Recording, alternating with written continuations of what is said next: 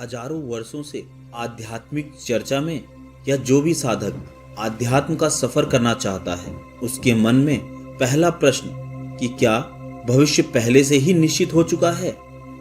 एक साधक बार बार यह प्रश्न करता है कि नियति यानी डेस्टिनी क्या है।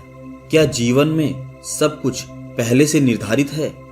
और एक महत्वपूर्ण प्रश्न कि क्या नियति को बदला जा सकता है। इसे समझने के लिए सबसे पहले आपको नियति को समझना होगा। दोस्तों, नियति यानी डेस्टिनी से तात्पर्य उस निश्चित एवं अटल दैवीय विधान से है जो सामान्यतः पूर्ण नियत होते हैं और मनुष्य के ललाट पर अंकित होते हैं।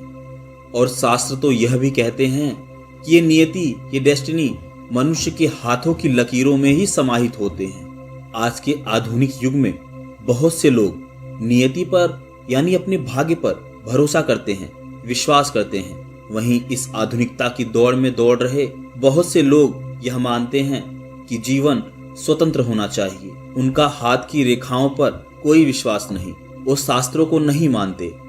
लेकिन यदि हम अपनी सामान्य बुद्धि का उपयोग कर इस वास्तविकता को जानने की कोशिश करें तो हम पाएंगे कि हमारा जीवन इन दोनों ही चीजों के मध्य स्थित है।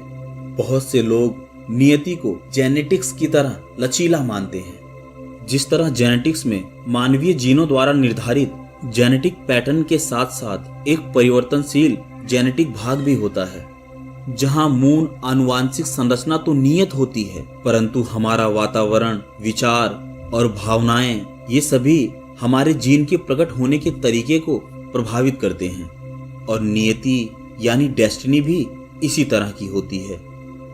आपके जीवन में प्रकट होने वाली सभी चीजें, व्यक्ति, घटनाएं और परिस्थितियां ये सभी डेस्टिनी हैं, नियत हैं। लेकिन उन सब के प्रति व्यक्त की गई आपकी प्रतिक्रिया, आपकी स्वतंत्र इच्छा कि आप इनमें क्या चयन करते हैं और कैसे करते हैं। पिछले हजारों वर्षों के विभिन्न जन्मों में हमारे द्वारा किए गए कर्मों का कुल जोड़ ही डेस्टिनी है। दोस्तों, सभी जिंदगियों में हमें चयन करने की स्वतंत्रता होती है। इस प्रकार इन विभिन्न जन्मों में हमारे द्वारा स्वतंत्र इच्छा के प्रयोग से और उसमें किए गए चुनाव से ही हमारी इस नियति का निर्माण होता है। साथ ही हमारे द्वारा वर्तमान में स्वतंत्रता के चयन के किए गए प्रयोग से वर्तमान नियति का निर्माण होता है।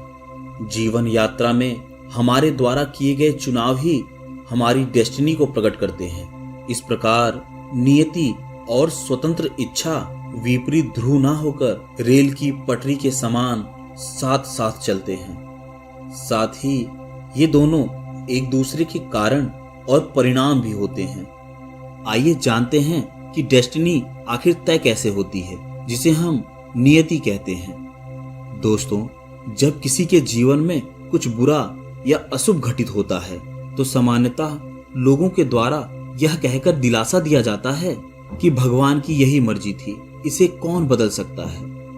अरे, भगवान को तो परमपिता परमात्मा माना जाता है और कोई पिता कैसे अपने बच्चों के साथ बुरा कर सकता है। तो अब प्रश्न यह कि आखिर वह कौन सी शक्ति है जो नियति को तय करती है। दोस्तों, कर्म फल का सिद्धांत ही वह शाश्वत सिद्धांत है जो हमारी नियति को निश्चित करता है। इसे कारण और परिणाम का नियम यानी the law of cause and effect कहा जाता है। दोस्तों, भूलोक को आत्माओं द्वारा एक कठिन विद्यालय माना जाता है। प्रत्येक आत्मा को भूलोक पर अपने कर्मों के ऋणों का भुगतान करने के लिए आना होता है। यहाँ पर ही वह कार्मिक चक्र में बंधकर अपने तमाम ऋणों का भुगतान करती है। भूलोक पर हमारे द्वारा जो भी कर्म किए जाते हैं वे संचयी प्रभाव रखते हैं। हमारे अच्छे बुरे सभी कर्म हमारे कार्मिक अकाउंट में जमा होते रहते हैं और उन सभी कर्मों के परिणाम अगले जन्म में नियति के रूप में हमारे सामने आते हैं। यहाँ कर्मों से तात्पर्य हमारे द्वारा किए गए कार्य मात्र से नहीं है, इसमें हमारे विचार, भावनाएं और आवेग भी सम्मिलित होते हैं। हमारे मन में उठने वाला हर एक विचार हमारे कार्मिक अकाउंट में जमा होता रहता है। अगर आप हमारे कॉन्स्टिट्यूशन को देखें तो हमारे कॉन्स्टिट्यूशन में कार्य से ज्यादा कार्य के प्रति इंटेंशन पर जोर दिया गया है। आपने कोई कार्य किया, लेकिन किस इंटेंशन से किया, आपका उद्देश्य क्या था, यही आपकी सजा का मापदंड है। यदि अनजाने में आपसे कोई गलती है तो वह गलती काफी हद तक छूट के लायक है, परंतु यदि आपने कोई जानबूझकर गलती की है और आपने पहले से प्लान करके यह सब कुछ किया है तो आपको सजा अवश्य रूप में मिलती है। इस पृथ्वी पर जीवन के सभी हिसाब किताब आत्माओं के बीच होते हैं, ना कि दो शरीरों के बीच। मृत्यु से हमारा स्थूल शरीर समाप्त होता है। हमारे विचार, वासनाएं, अहंकार, कामनाएं, इच्छाएं, अनुभूतियां, ज्ञान, इन सब का संग्रहित बीज हमारे सूक्ष्म शरीर के साथ ही जाता है। यह सूक्ष्म शरीर ही हमारे पुनर्जन्म का कारण है।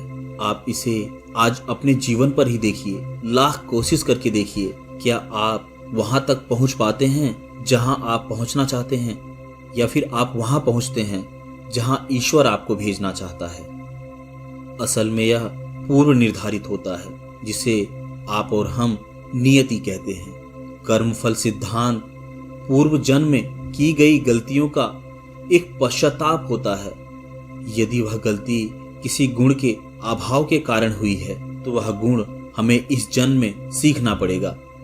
जैसे यदि ईमानदारी के गुण के अभाव के कारण कोई चोरी की गई है तो इस जन्म में हमें न केवल उस व्यक्ति के चोरी का भुगतान करना होगा, बल्कि आगे बढ़ने के लिए ईमानदारी का गुण भी सीखना होगा।